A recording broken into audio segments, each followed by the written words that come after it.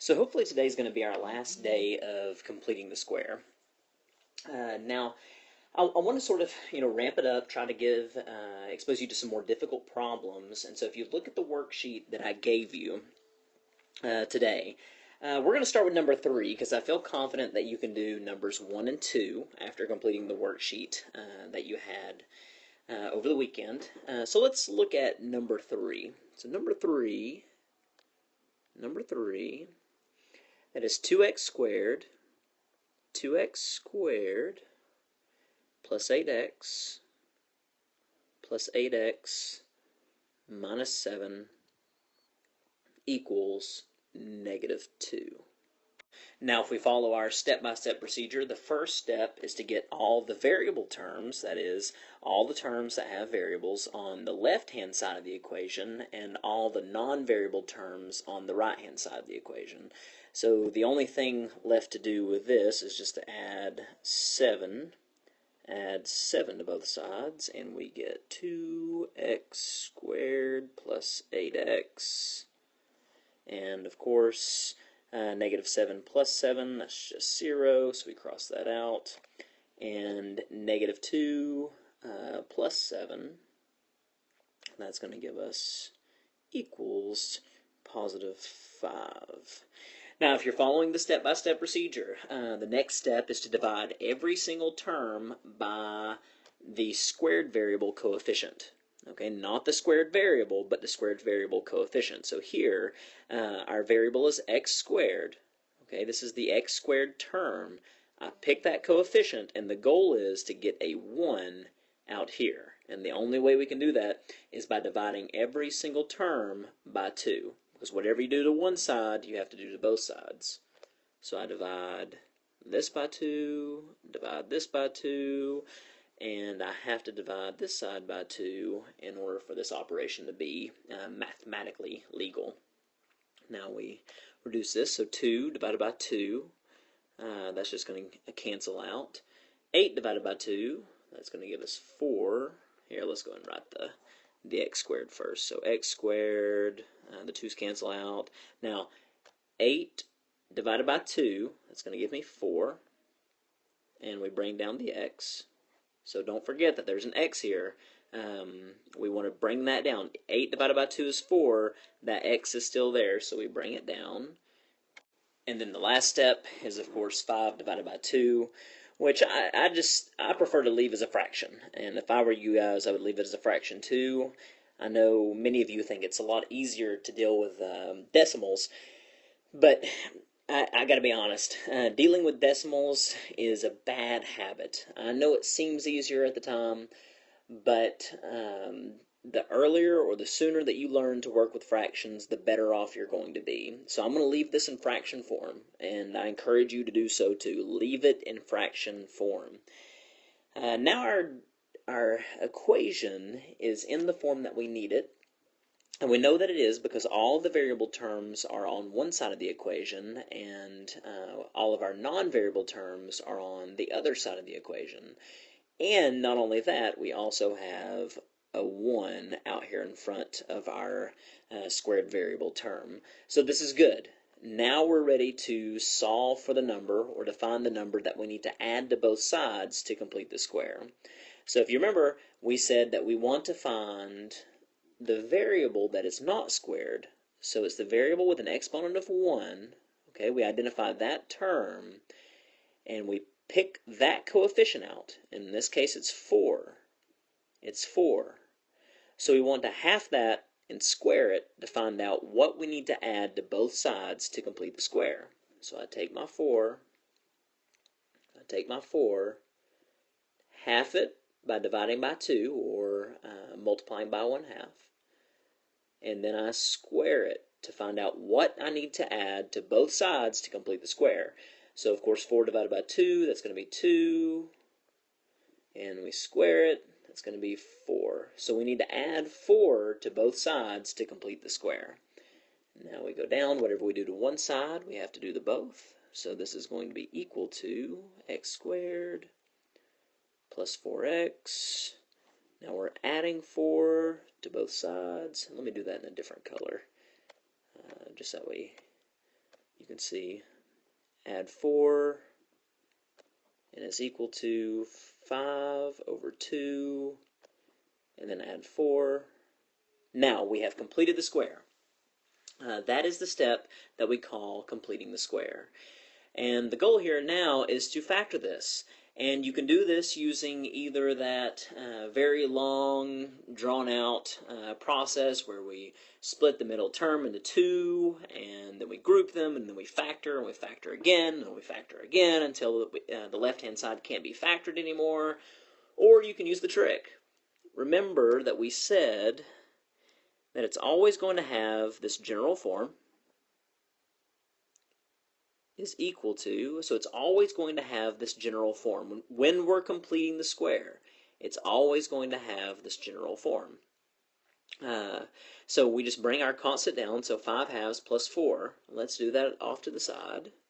So 5 halves plus 4 is the same as saying 5 halves plus 4 over 1. Now, if I want to add these fractions, I need to find a common denominator. So here I see that I need to multiply the top and the bottom by 2.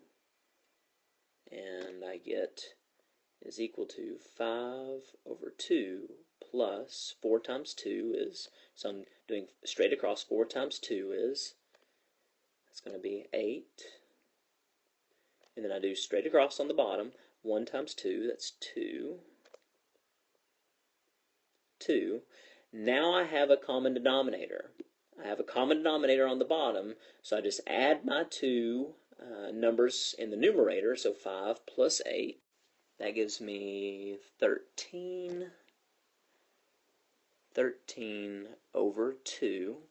So that's what we can put in on this side. So 5 halves plus 4. We just solved for it by finding a common denominator, adding the top, leaving the bottoms the same. We do not add these two. This would not be 13 over 4. We keep the denominators the same. So we get 13 over 2, and that's what we put on this side. So 13 over 2. Now here's where the trick comes in. So this side can be factored, like I said just a few minutes ago, by doing the grouping technique, splitting that middle term up into 2 different terms and then grouping, or by just remembering that what's going to go in here is just half the coefficient of the non-squared term, or the variable with just an exponent of 1. So this is not squared, this is just an exponent of 1. I find the coefficient, it's 4, and just half it. Half that, 4 divided by 2, will give me 2. And the reason that it's positive here is because this is a positive 4. Had this been negative 4, half that would be negative 2. But here it's positive 4, so we divide that by 2 and we get positive 2. So now we're ready to solve. We do the same thing that we did last week. We just do the square root to get rid of the square root of both sides, we square root the fraction, and we end up getting x plus 2 is equal to the square root of 13 over 2. And I'm going to go over to the next page just to give me a little bit more room to work with. So I'm going to write this down so don't forget 13 over 2. We'll go to the next page, and I'm going to copy this down. So we've got x plus 2 is equal to the square root of 13 over 2.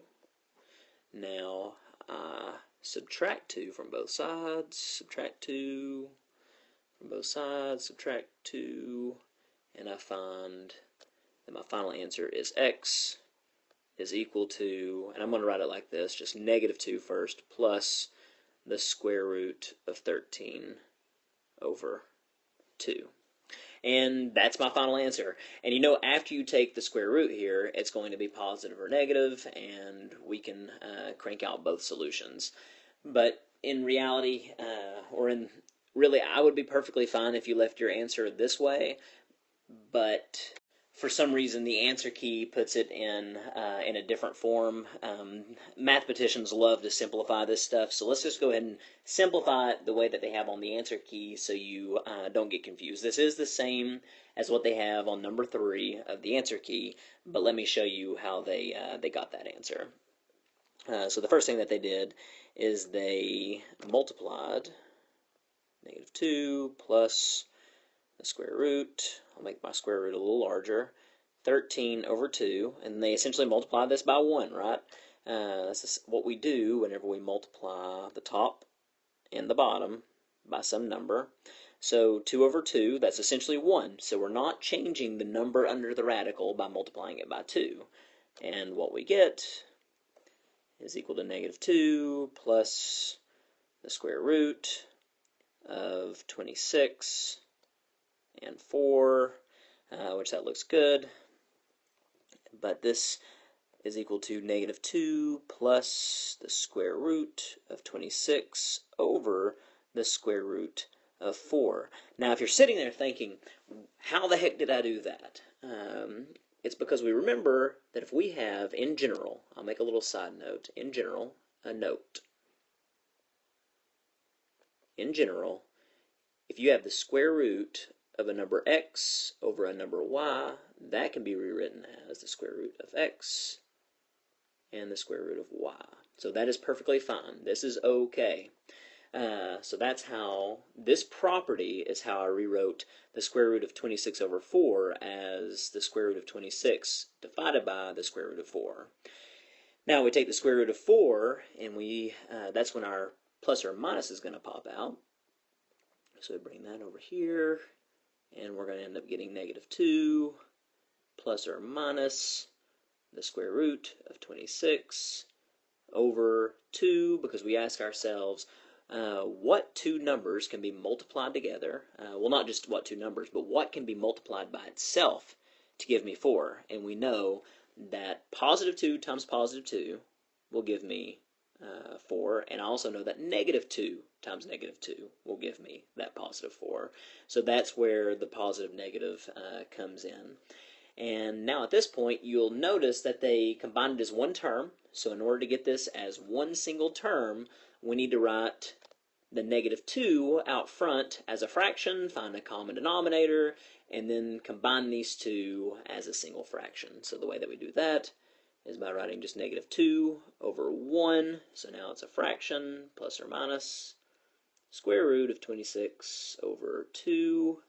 We multiply the top and the bottom by 2 to find the common denominator. And the reason that we can do that is because 2 over 2 is essentially 1.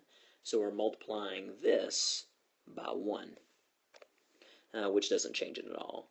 And we end up getting -4 on the top over 2 plus or minus the square root of 26 over 2, which is then going to give me -4 plus or minus square root of 26 over 2. So again, just emphasizing when we're adding fractions, the denominator has to be the same. That's why we multiply the top and the bottom by 2. And whenever we add or subtract these, okay, we do not change the denominator, but we do add or subtract the numerators. So that's why we get -4 plus or minus, that's the plus or minus here, the square root of 26 all over 2. So this is the same as this expression. But we had to get the common denominators by multiplying the top and the bottom by 2 before adding these two. And that is the final answer at the bottom. So just raise your hand if you have any questions. Feel free to ask. But if you don't have any questions, feel free to go to the next video and watch the next example. Thanks, guys.